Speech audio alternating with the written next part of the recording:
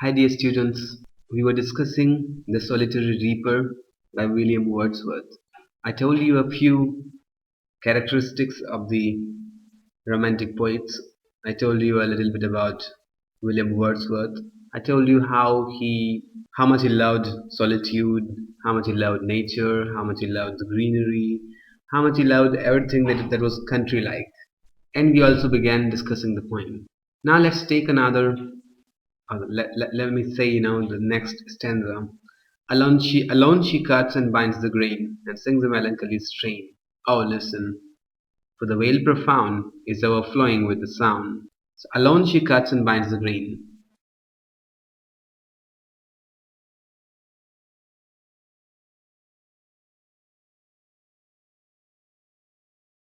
Alone she cuts and binds the grain, and sings a melancholy strain.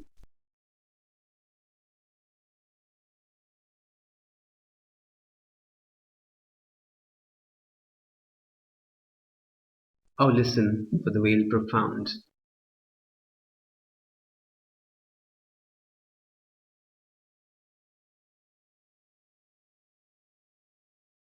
is overflowing.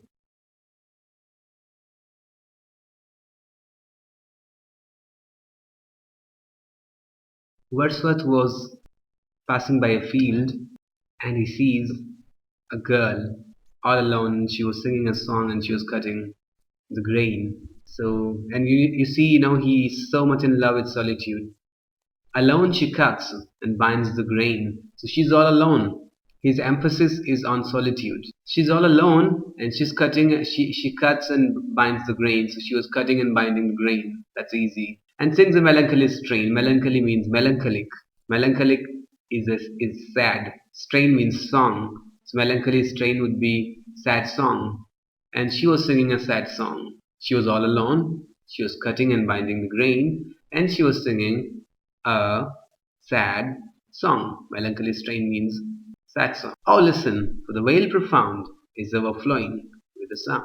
Oh, listen, this interjection is for the sake of emphasis. The poet wants to draw our attention, and he says that the vale profound, that the valley, profound means deep, that the deep valley is overflowing with the sound of the solitary reaper's song. Overflowing here means echoing, that the sound is echoing or resounding in the deep valley. The sound of the solitary reaper's song is echoing in the deep valley. That's what the poet draws our attention to. Then the next stanza.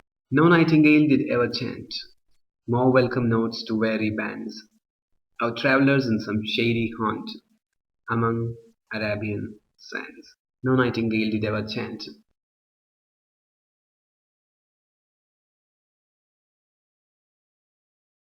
more welcome notes to weary bands.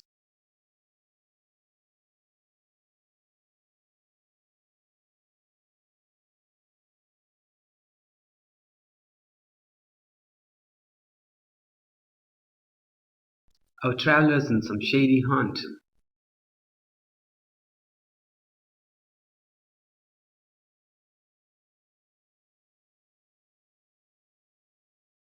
among Arabian sands.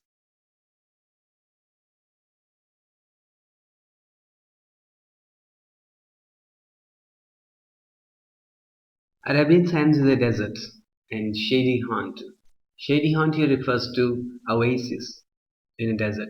See, when you go into a desert, when you go into a desert land, what happens? You suffer heat, thirst, exhaustion, and sandy storms, all those. Then, somewhere in the desert, you find a place where there are a few trees, where you can get some water. That is called oasis.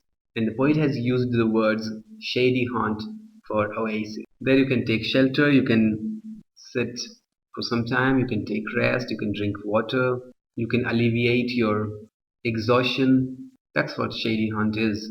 And there, nightingales welcome you, they comfort you. First of all, you get shadow there, then you get water to drink there, you can take some rest, and the nightingale sings a song to comfort you, to soothe you, even to welcome you, to welcome you, and when you have arrived there, then you are soothed or comforted by the nightingales. So the poet is saying here that no nightingale did ever chant more welcome notes to weary bands or travelers in some shady haunt. He says no nightingale has ever sung a more beautiful song than the chant means sing. So no nightingale has ever chanted, has ever sung a more welcome notes, a more comforting song. Notes here means song to weary bands, to the tired bands of travelers. Let me take you over it again. See, the nightingales sing songs to comfort the weary means tired bands of travelers. But the solitary reaper's song is sweeter and more saccharine and more beautiful than the nightingales. Got this? Nightingale's song is nothing beside the solitary reapers. That's what the poet's point is. So the nightingales have never sung, chanted means sung, more welcome notes, more welcome songs to weary to tired bands of travelers in some shady haunt in an oasis. The comparison between the solitary reaper's song and the nightingale's song and the solitary reaper's song is given precedence over the nightingales. That's what the poet is saying here. I hope you have understood this. Then in the next stanza, the poet says, a voice so thrilling never was heard in springtime from the cuckoo bird, breaking the silence of the seas among the farthest Hebrides. A voice so thrilling never was heard.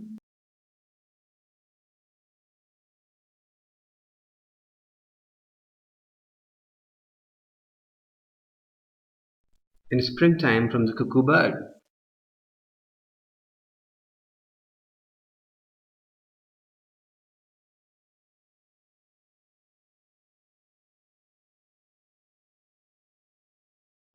Breaking the silences of the sea.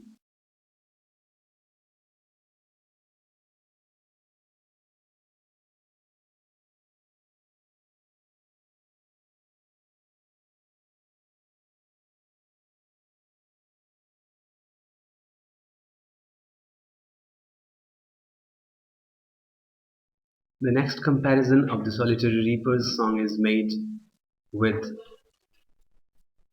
with the song of the cuckoo bird. So cuckoo birds, they sing to announce the arrival of spring season. Cuckoo birds, when they sing, they break the silence of the seas among the farthest Hebrides. Hebrides is a group of islands. Hebrides is a group of islands. And the cuckoo bird breaks the silence of the seas. How come? In winter, the sea is silent. In winter, even, like in the west, it's all silent. It's all snowy. Everything covered under snow.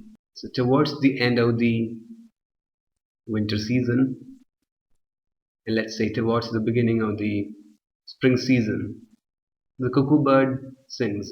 The cuckoo bird breaks the silence, the death-like silence of the winter season, and announces the coming of the spring season, and then continues singing all through.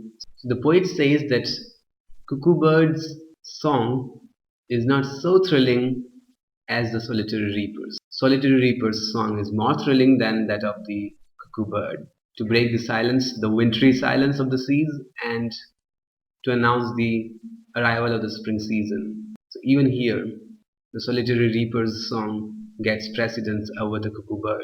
The poet says the poet is so fascinated, so captivated by the solitary reaper that he ranks her and her song above the songs of the cuckoo bird and the nightingale.